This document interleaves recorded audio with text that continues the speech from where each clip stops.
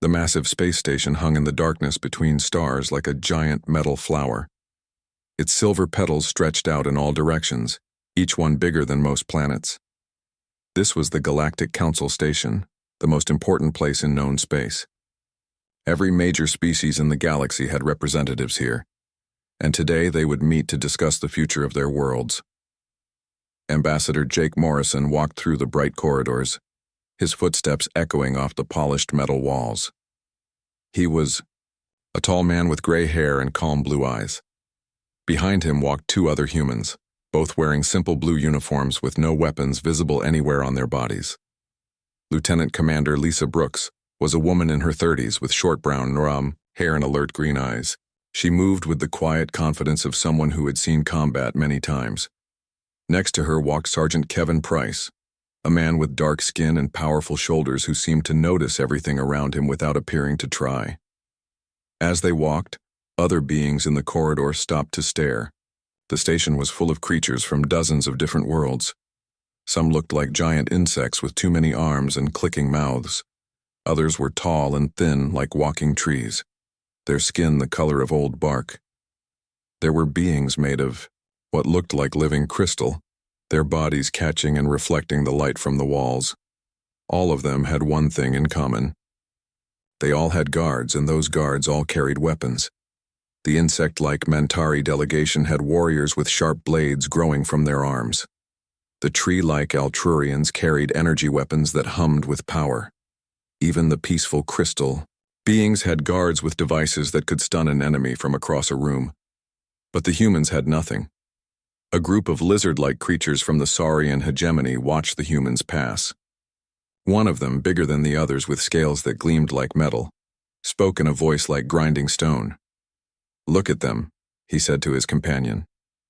"They walk into the most dangerous place in the galaxy with no protection at all. Are they brave or just stupid?" His companion, a smaller Saurian with bright yellow eyes, tilted his head. "Maybe they have hidden weapons, technology we cannot see." The first Saurian shook his massive head. "Impossible. The scanners here can detect anything. Even molecular weapons would show up on our sensors. These humans are truly defenseless." Near the entrance to the main council chamber, Security Chief Vorthak stood watching the arriving delegations. He was even bigger than the other Saurians, with scars across his face that told of many battles. His job was to keep everyone safe during the meetings, and he took that job very seriously. For months now, he had been watching the human delegations, with growing confusion. Every other species followed the same pattern when they arrived. Their guards would present their weapons to security, have them scanned and registered, then receive permission to carry them in the ceremonial areas. Some species had weapons built into their bodies that could not be removed. Others had energy shields or protective armor, but the humans always passed through the security checkpoints with nothing. The scanners showed no weapons, no armor, no defensive systems of any kind. It was like they were just ordinary people walking into one of the most dangerous political situations in the galaxy. "Sir," said one of his security officers, a young Saurian with nervous eyes, "the human delegation is approaching the main chamber. Should we assign extra guards to watch them?" Vorthak considered this. The humans had never caused trouble before. They were always polite, always followed the rules, and their guards were quiet and professional. But something about them made him uneasy, though he could not say what. "No," he decided, "but keep watching them. There is something about these humans that does not make sense." Inside the council chamber, beings from across the galaxy were taking their seats. The room was enormous, with a ceiling that disappeared into darkness above. The walls were covered with screens showing star maps and diplomatic messages. In the center was a circular table with seats for representatives from every major species. Ambassador Morrison took his place at the table, nodding politely to the other delegates. Brooks and Price moved to the standard guard positions near the walls where they could watch the entire room. They stood perfectly still, their hands at their sides, their eyes moving constantly but slowly across the crowd. The other guards in the room were impressive to look at. The Krillian warriors wore armor that looked like it was made from black metal, with weapons that crackled with electricity. The Mantari bio-warriors were living weapons themselves, their bodies changed by science to be perfect killers. The Xerion defenders looked like walking statues made of colored glass, but everyone knew they could project deadly energy beams from their crystal bodies. And then there were the two humans, standing quietly in their simple uniforms, looking like they belonged in an office building rather than a war zone. A delegate from the Zephyrian Republic, a being that looked like it was made of flowing water, turned to the representative sitting next to her. "I do not understand the humans," she said in a voice like wind chimes. "Every species learns the same lesson when they join the council. Diplomacy is dangerous. Words can kill as surely as weapons. Why do they ignore this wisdom?"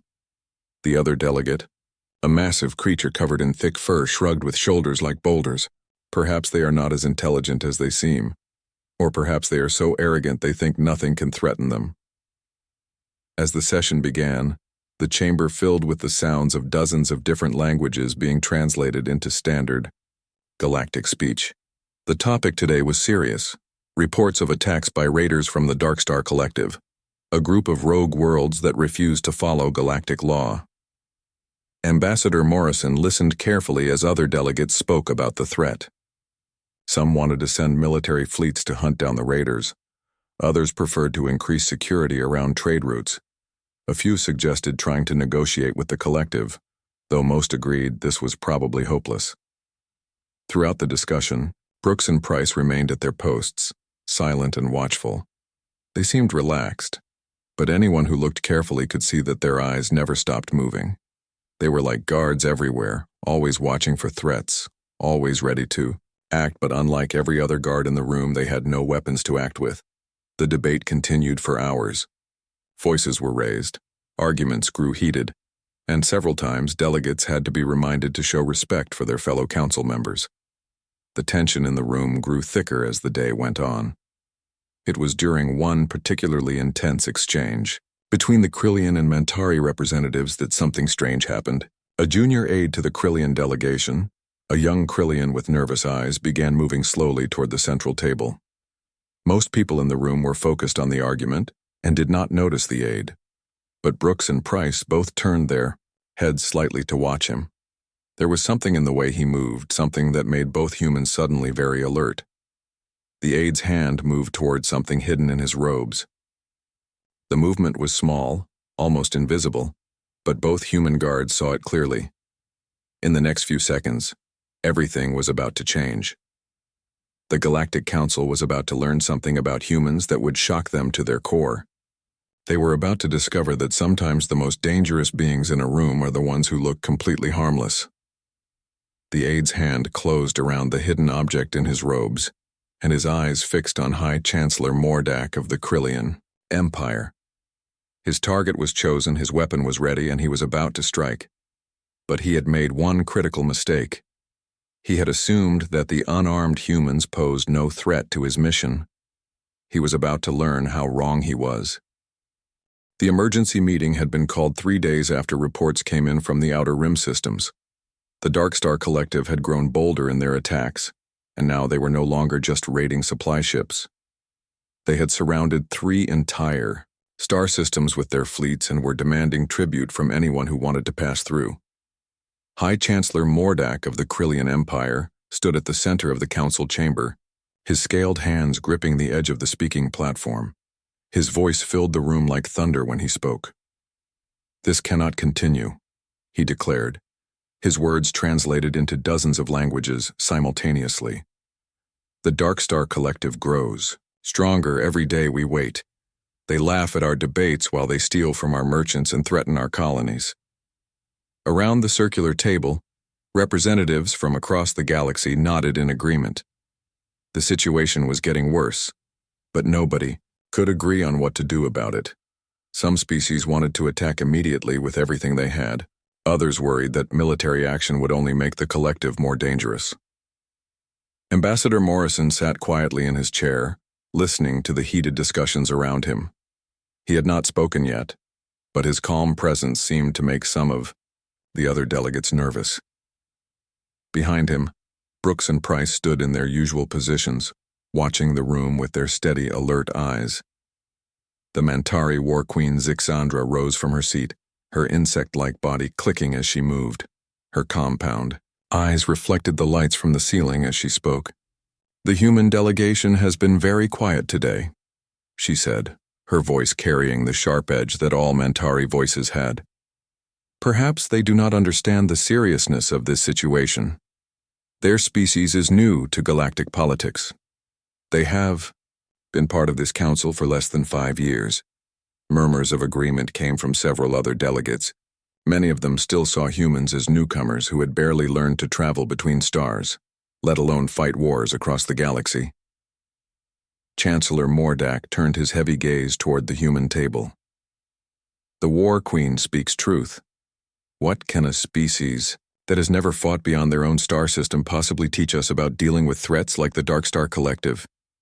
More voices joined in. The Xerian representative, whose crystal body sparkled like a rainbow, spoke in tones like singing. "Glass. Humans come from a single world. They have no experience with the complexities of interstellar warfare. Perhaps they should listen rather than try to contribute to this discussion." Ambassador Morrison remained calm through all of this. His face showed no anger or frustration, just patient attention. Brooks and Price had not moved from their positions, but anyone watching carefully would have noticed that their eyes had become slightly more focused on the delegates who were speaking. The debate continued for another hour. Various species presented their ideas for dealing with the collective. The Saurian military wanted to send a massive fleet to crush the raiders completely. The peaceful Altrurians suggested economic sanctions that would make it unprofitable for anyone to trade with the collective. The aquatic Zephyrians proposed a blockade of all known collective bases. Each idea had problems. A military attack might work, but it would be expensive and many soldiers would die. Economic sanctions took too long to have any effect. A blockade would require ships and resources that most council members did not want to spare. As the arguments went in circles, tensions in the room began to rise. Delegates who had been polite earlier started interrupting each other. Voices got louder, and a few representatives stood up from their seats to make their points more forcefully. Security Chief Vorthak watched from his position near the main entrance. He had seen many council sessions turn ugly when emotions ran high. His hand moved closer to the communication device on his belt, ready to call for backup if the situation got out of control. It was during one particularly heated exchange that the Mantari War Queen turned her attention back to the human guards. Her compound eyes studied Brooks and Price for a long moment before she spoke. "I am curious about something," she said, her clicking voice cutting through the noise of the other arguments. "Your guards carry no weapons. In my culture, to appear defenseless before potential enemies is to invite attack. It shows either great wisdom or great foolishness." The room grew quieter as other delegates turned to look at the humans. This was a question that had been on many minds for months. The ethereal voidling representative, a being that seemed to be made of starlight and shadow, spoke in a voice like whispers. "Perhaps they carry weapons we cannot detect. Hidden technology, molecular disruptors, quantum armaments that exist in dimensions we cannot see." Several other delegates nodded at this suggestion.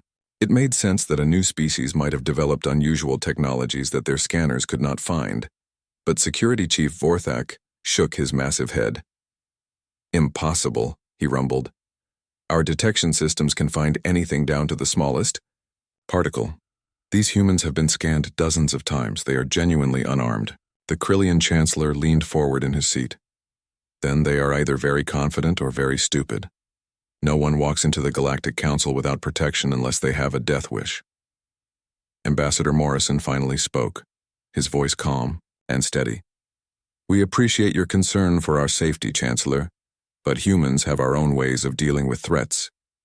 "What ways?" demanded the War Queen. "You have no weapons, no armor, no defensive systems that we can detect. What could you possibly do if someone in this room decided to attack?" Brooks and Price remained perfectly still during this exchange, but their eyes had now focused completely on the delegates who were speaking most aggressively. Anyone trained in reading body language would have noticed the subtle shift in their posture, the way their weight had moved slightly forward onto the balls of their feet. The Saurian delegate who had been pushing for military action slammed his fist on the table. This is exactly what I mean about humans being unprepared for galactic politics. They think good intentions and peaceful words will protect them from people who want to kill them. The galaxy is not their safe little home. World, added another voice. Out here, the strong survive and the weak become prey. The Dark Star Collective would eat them alive. As the criticism of humanity grew louder, something interesting happened. The other guards in the room, the ones with all the weapons and armor, began to look uncomfortable. Several of them glanced nervously at Brooks and Price, though none of them could have explained why. There was something about the way the two humans stood, something about their perfect stillness and constant awareness, that made even experienced warriors uneasy. They looked harmless, but somehow they did not feel harmless. The argument continued to escalate. Delegates were now standing and shouting at each other in languages that the translators struggled to keep up with. Old grudges between species were being brought up, and several representatives were making threats about what their governments might do if their advice was not followed. In all this chaos, nobody noticed the junior aide to the Krillian delegation, moving slowly through the crowd. He was a young Krillian with nervous eyes and sweating scales, carrying a data pad like dozens of other aides in the room. But this aide was different. His name was Krelvor, and he was not really working for the Krillian Empire. He was a spy for the Dark Star Collective, sent to gather information about the Council's plans. His mission had been simple: listen, learn, and report back. But 3 days ago, his orders had changed. The collective leaders had decided that information was not enough. They wanted to send a message that would throw the Council into chaos and make them too afraid to take any action against the raiders. They wanted him to kill High Chancellor Mordak. The weapon he carried was hidden inside his datapad, a neural disruptor that could scramble a brain from 10 feet away. It would look like the Chancellor had suffered a stroke, and by the time anyone realized it was murder, Krelvor would be long gone. He moved closer to his target, keeping his head down and trying to look like just another nervous aide. The shouting in the room was getting louder, which was perfect. Nobody would notice one more person moving around in all the confusion. But he was wrong about one thing. Someone was watching him very carefully. Two someones, actually. Brooks and Price had both noticed the aide's movement several minutes ago. Something about the way he walked, the way he held his data pad, the way his eyes kept flicking toward the Chancellor, had caught their attention. They had been trained to spot threats that others would miss. They could read the tiny signs that most people never noticed. The slight tremor in someone's hands, the way a person's breathing changed when they were about to do something violent, the subtle shift in posture that came right before an attack. The aide was now less than 15 feet from Chancellor Mordak. His hand was moving toward the hidden switch on his datapad. In a few seconds, the most powerful military leader in the galaxy would be dead, and the Council would be thrown into chaos. But Krelvor had made a critical mistake in his planning. He had assumed that the unarmed humans were not a threat to his mission. He was about to learn how deadly that assumption could be. The next 3 seconds would be talked about in military academies across the galaxy for the next 100 years. But to everyone in that room, those 3 seconds felt like 3 hours. Krelvor, the Dark Star spy disguised as a Krillian aide, pressed the hidden switch on his datapad. The neural disruptor inside came to life with a soft humming sound that was lost in the noise of the arguing delegates. The weapon was now charging, building up the deadly frequency that would scramble High Chancellor Mordak's brain in less than 2 seconds. The spy raised the datapad slightly, pointing it toward where the Chancellor stood at the speaking platform. His finger moved toward the firing button.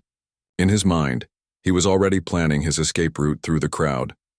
That was when Lieutenant Commander Lisa Brooks moved. She had been standing perfectly still against the wall, 20 feet away from the spy. But the moment she saw him raise the datapad in that particular way, her body exploded into motion. Brooks crossed the distance between herself and Krelvor faster than most beings could blink. Her feet barely seemed to touch the ground as she flowed through the crowd like water finding its way downhill.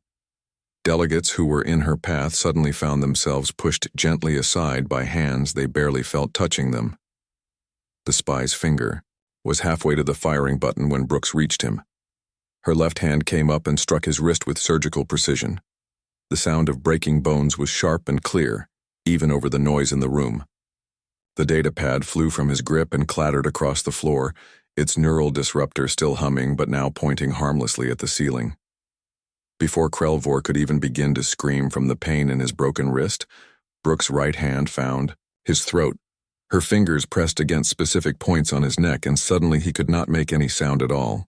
His vocal cords were paralyzed by pressure on nerves that most species did not even know existed. The spy tried to pull away, but he might as well have been trying to escape from a mountain.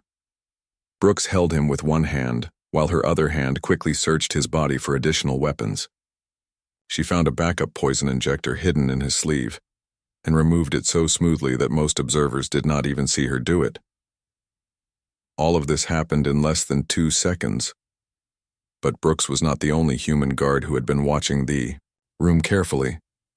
At the exact same moment that Brooks was disarming the primary assassin, Sergeant Kevin Price had spotted 2 other threats.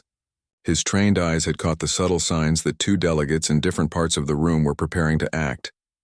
One was a minor official from the Xerion crystal beings, whose body had begun to glow with the telltale light that came before. They fired their energy beams. The other was a Mantari warrior whose bio-enhanced muscles were tensing for an attack leap that would carry him across the room to the human delegation. Price moved toward the Xerion delegate first, since energy weapons were more immediately dangerous than physical attacks. But the crystal being was 30 feet away, and even at Price's inhuman speed he would not reach him before the energy beam fired. So Price did something that made every military expert in the room question everything they thought they knew about physics. He grabbed a small metal ornament from a nearby table and threw it with perfect accuracy at the Xerion central crystal matrix. The ornament was no bigger than a coin, but Price put it exactly where it needed to go with exactly the right amount of force. It struck the crystal being's light-focusing organ and disrupted the energy beam, causing it to fire harmlessly into the wall instead of at Ambassador Morrison. Before the ornament had even finished bouncing off the crystal delegate, Price was already moving toward the Mantari warrior. The insect-like being had just begun his attack leap, his powerful legs launching him through the air with his razor-sharp arm blades extended toward Brooks. Price intercepted him in mid-flight. The collision should have been impossible. The Mantari warrior weighed twice as much as Price, and was moving with all the momentum of his enhanced muscles. But somehow Price managed to catch him, redirect his momentum, and send him spinning into the wall with a move that looked like it came from some ancient earth martial art. The Mantari hit the wall hard and slid to the floor, stunned but not seriously injured. His arm blades had never come within 10 feet of their intended target. The entire coordinated attack had been neutralized in under 5 seconds. The council chamber fell into complete silence. Hundreds of beings from dozens of species stared in shock at what they had just witnessed. The only sounds were the humming of the dropped neural disruptor and the heavy breathing of the 3 would-be assassins. Brooks still held Krelvor in her unbreakable grip, his broken wrist hanging at an odd angle, his voice silenced by her precise pressure on his throat. Price stood over the stunned Mantari warrior, ready to act again if needed. The Xerion delegate was examining his damaged light organ with confusion and growing fear. High Chancellor Mordak, whose life had been saved by the very humans he had been dismissing just minutes before, stared at the scene with his mouth hanging open. His massive scaled hands were shaking slightly as the reality of how close he had come to death began to sink in. Security Chief Vorthok was the first to break the silence. The huge Saurian had been moving toward the disturbance, but he had been too far away and too slow to help. Now he stood frozen, trying to understand what he had just seen. "How?" he whispered, his voice barely audible in the huge chamber. "How is this possible?" Other voices began to join in. The Mantari War Queen was clicking rapidly in her own language, words that the translators were having trouble keeping up with. The Altrurian delegate was making the low humming sounds that his tree-like species used when they were deeply disturbed. Ambassador Morrison remained seated at the council table, completely calm despite having just been the target of an assassination attempt. He looked around the room at all the shocked faces, then spoke in the same quiet, steady voice he had been using all day. "You wanted to know why our guards carry no weapons to these meetings," he said. Every being in the room could hear him clearly, even though he was not shouting. The answer is simple. They do not need them. The Xerian delegate who had been part of the attack was now backing away toward the wall, his crystal body flickering with nervous light. "What are they?" he asked, in a voice like breaking glass. "What kind of beings can move like that?" Brooke spoke for the first time since entering the chamber, her voice professional and calm despite having just prevented 3 murders. "We are human beings who have been trained to protect others, nothing more, nothing less." But the delegates were not satisfied with that answer. They had just seen 2 people do things that should have been impossible without advanced technology or biological enhancement. The Mantari War Queen had recovered enough to stand up, though she was still clicking, nervously. "Show us your enhancements," she demanded. "What cybernetics do you carry? What biomodifications have been made to your bodies?" Price answered this time. "None. We are unmodified humans using techniques that our species has developed over thousands of years." This answer only made the confusion worse. Species across the galaxy began talking among themselves in their own languages, trying to make sense of what they had seen. Some were convinced that the humans were lying about their enhancements. Others thought that human technology was far more advanced than anyone had realized. Security Chief Vorthak approached Brooks, who was still holding the primary assassin. The huge Saurian moved carefully, as if he was approaching a dangerous predator. "Release him to my custody," he said, formally. "We will question him about his connections to the Darkstar Collective." Brooks looked to Ambassador Morrison, who nodded. She released her grip on Krelvor's throat, and immediately the spy began gasping and trying to speak. But his wrist was still broken, and he was in too much pain to say anything coherent. As Vorthak's security team took the 3 attackers into custody, the security chief turned back to Morrison with an expression that mixed respect, fear, and deep curiosity.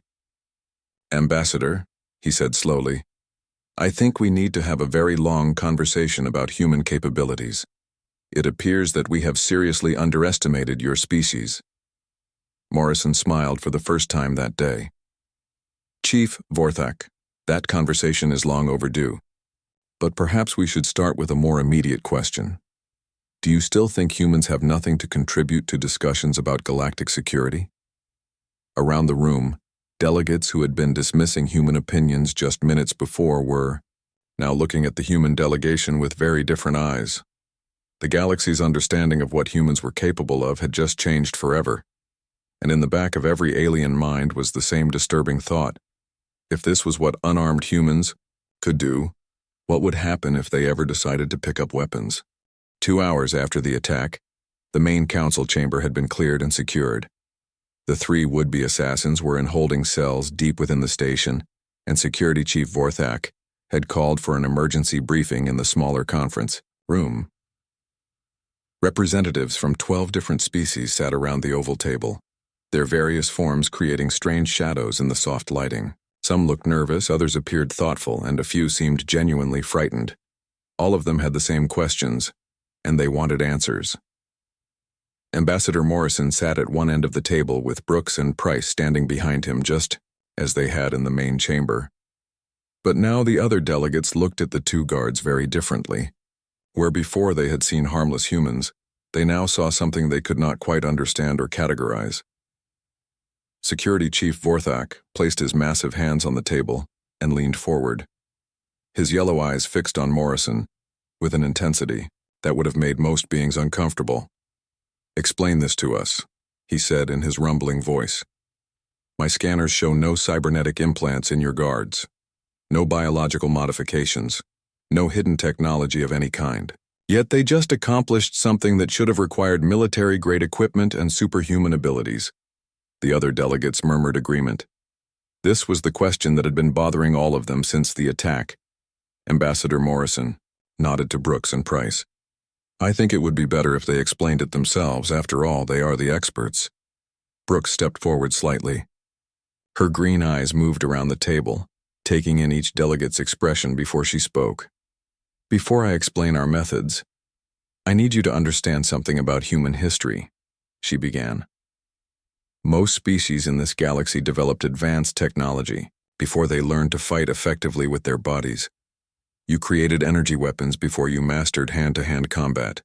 You built powered armor before you learned how to move efficiently without it. The Mantari War Queen clicked her mandibles, impatiently. What does this have to do with what we just witnessed? Price answered this time. Humans took a different path. We spent thousands of years learning to fight without any advanced technology at all. We had to, because we did not have energy weapons, or force fields or any of the tools that your ancestors had when they were developing their military traditions. The Xerian delegate, whose light organ was still damaged from Price's perfectly aimed throw, flickered nervously. You are saying that your combat abilities come from primitive fighting techniques? Not primitive, Brooks corrected. Refined. There is a difference between something that is simple and something that has been perfected through centuries of use. Morrison gestured for his guards to continue. He could see that the alien delegates were struggling to understand concepts that seemed obvious to any human. Brooks moved to an open area of the room. May I demonstrate? I promise no one will be harmed. Forthak looked uncertain, but his curiosity was stronger than his caution. Very well, but what will you demonstrate with? There are no weapons or training equipment here. I do not need any, Brooks replied simply. What followed was unlike anything the alien delegates had ever seen. Using only the furniture in the room and her own body, Brooks began to show them combat techniques that seemed to defy the laws of physics. She demonstrated how leverage could overcome superior strength by using a chair to show how a small force, applied at the right point, could move something much heavier. She explained how timing could defeat speed by showing how someone moving fast could be redirected by someone who knew exactly when and where to apply pressure. Watch carefully, she said, as she picked up a small decorative statue from the table. This weighs about 2 pounds. In the hands of someone who understands momentum and accuracy, it becomes more dangerous than most energy weapons. She threw the statue at a specific point on the wall 20 feet away. It hit exactly where she aimed and bounced back toward her. Without seeming to try very hard, she caught it perfectly and set it back on the table. That is how I was able to disrupt the Xerian delegate's energy beam, she explained. It was not strength or superhuman abilities. It was just understanding physics and having enough practice to apply that understanding quickly. The delegates exchanged glances. What she was describing sounded reasonable in theory, but they had seen her move faster than most beings could follow. Price stepped forward to continue the demonstration. The other thing you need to understand is that humans have been studying anatomy for as long as we have been fighting. We know exactly where to apply pressure to disable an opponent without causing permanent harm. He moved to where Brooks was standing and had her extend her arm. With one finger, he touched a point just above her elbow. Immediately, her entire arm went limp and hung uselessly at her side. Temporary nerve disruption, he explained as Brooks flexed her fingers to restore feeling to her arm. Every species has similar pressure points, though they are located in different places. Learning to find them quickly is part of our training. The Saurian delegate, who had been arguing for military action earlier, was leaning forward with intense interest. How long does it take to learn these techniques? That depends on the person, Brooks replied. Basic combat skills can be learned in a few months. Advanced techniques take years to master. The kind of abilities you saw today require decades of constant practice. Decades.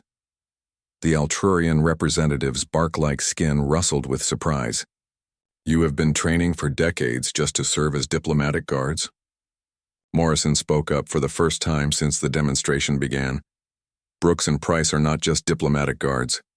They are among the most highly trained military personnel that humanity has to offer.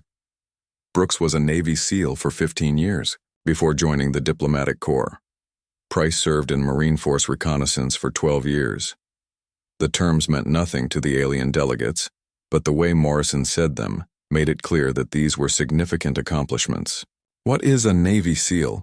Asked the Voidling representative in her whispered voice.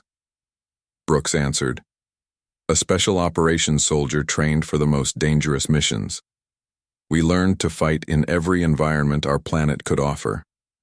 Underwater, in Arctic conditions, in jungle terrain, in urban areas, We were taught to use any object as a weapon and to disable any enemy we might encounter.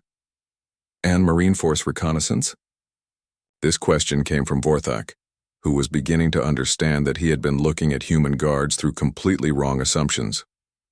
Price smiled slightly. Deep reconnaissance Marines.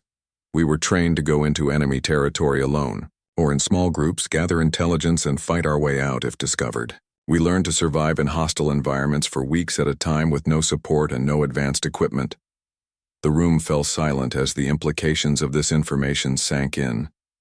These were not just diplomatic guards. They were elite soldiers, with decades of training in the most advanced combat techniques their species had developed. The Mantari War Queen was the first to speak. You have been sending your best warriors to protect your diplomats.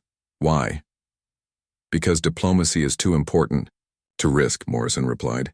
When we send representatives to negotiate with other species, we want to make sure they come home safely. And we want other species to know that attacking human diplomats would be a very serious mistake. Vorthak leaned back in his chair, his massive form looking somehow smaller than before. I have been thinking about this all wrong, he admitted. I thought your guards were weak because they carried no weapons, but they do not carry weapons because they are weapons. In a sense, yes, Price agreed. But there is more to it than that. We also do not carry weapons because we do not want to appear threatening to species that we hope to build peaceful relationships with. The Xerion delegate flickered with confused light patterns. But surely the other species in the galaxy have similar training methods. How can human techniques be so much more advanced? Brooks and Price exchanged a look. This was the question they had been expecting, and it was the hardest one to answer without sounding arrogant. Morrison decided to handle this one himself. Most species developed space travel and energy weapons relatively early in their history. When you can solve problems with advanced technology, there is less need to develop purely physical solutions. Humans had to spend much longer learning to fight with just our bodies and simple tools, Brooks added. We did not have the option of using energy weapons or powered armor for most of our military history, so we got very good at fighting without them. How good? Vorthak asked quietly. Price considered the question carefully. Put it this way.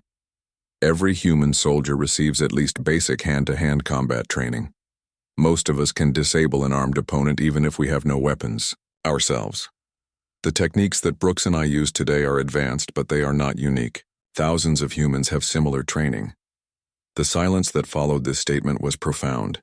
Every delegate in the room was doing the same calculation in their heads. If 2 humans could neutralize 3 armed attackers without weapons, what could an army of such humans accomplish? There is something else you should know, Morrison said quietly. What you saw today was restraint. Brooks and Price were very careful not to cause permanent injury to the attackers. 6 months after the incident at the Galactic Council Station, the entire galaxy had changed in ways that no one could have predicted. The news of what happened in that council chamber had spread to every inhabited system, and the story grew, with each telling. Ambassador Morrison stood at the observation deck of the rebuilt council station, looking out at the stars through the massive transparent walls. Behind him, the sounds of construction echoed through the corridors as workers expanded the facility to accommodate new training centers and educational programs. The changes had started small. Within a week of the assassination attempt, 3 different species had formally requested that human military advisors be assigned to their training facilities. Within a month, that number had grown to 15. Now, human combat instructors were working with alien militaries across the galaxy, teaching techniques that had never been seen outside of Earth. Brooks approached from behind, her footsteps silent, on the metal floor. Even after all these months, her ability to move without sound still impressed the alien workers they passed in the halls. The morning briefing is ready, sir, she reported. Security Chief Vorthak has some interesting updates about the Darkstar Collective situation. Morrison nodded and followed her toward the briefing room. As they walked, he reflected on how much had changed since that day when everyone thought humans were just another weak species that needed protection. The briefing room was larger now, with seats for representatives from 23 different species instead of the original 12. New faces had joined the council as word spread about the effectiveness of human-trained military units. Vorthak stood at the center of the room, but he looked very different from the confused security chief who had watched the assassination attempt 6 months ago. He was leaner now, his movements more controlled and precise. Like many aliens who had begun training with human instructors, he had learned to waste less energy and move more efficiently. The Dark Star Collective has formally requested peace negotiations, he announced without any preliminary remarks. They sent the message 3 days ago through standard diplomatic channels. Murmurs of surprise filled the room. The collective had been growing more aggressive for years, and most observers had expected the conflict to escalate into full-scale war. High Chancellor Mordak, whose life had been saved by Brooks and Price, leaned forward in his seat. What changed their minds? We have not launched any major military operations against them. Vorthak's expression was grim. According to our intelligence sources, they learned about human combat capabilities. Specifically, they learned that 17 of their raids in the past 4 months have been defeated by ships with human-trained crews. The room fell silent. This was news to most of the delegates. The collective sent scout ships to observe these engagements, Vorthak continued. What they saw convinced them that continued military action would be unwise. Morrison was not surprised by this information. He had been receiving reports from human military advisors throughout the galaxy, and the results had been consistent. Alien crews trained in human tactics were proving far more effective than anyone had expected. The Mantari War Queen, who now wore a small pin indicating her completion of basic human combat training, clicked thoughtfully. How effective have these human-trained units been? Extremely, replied the Zerion delegate. His light organ had been repaired, but he still flinched slightly whenever he looked at Price. My government's border patrol vessels have not lost a single engagement since implementing human tactical doctrines. We have captured 15 raider ships and suffered 0 casualties. Similar reports came from around the table. The Altrurians had successfully defended 3 colony worlds using strategies learned from human instructors.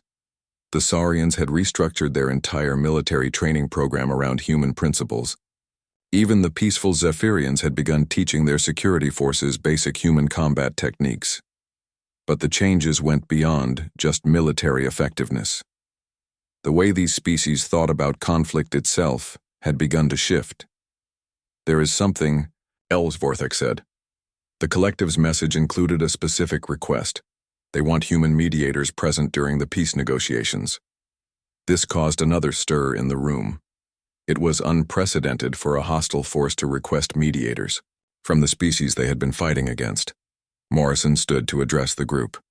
The collective has learned the same lesson that all of you learned 6 months ago.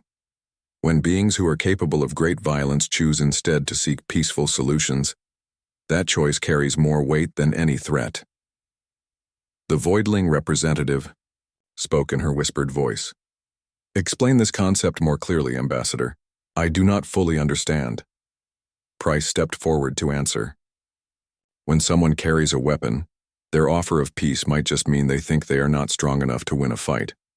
But when someone could easily win a fight and chooses not to fight at all, that decision means something different. It means they actually want peace, Brooks added. Not just a temporary pause before the next battle, but real peace that can last. Around the table, delegates nodded slowly as they began to understand. The galaxy had spent centuries negotiating, from positions of strength, with each species trying to demonstrate how dangerous they were.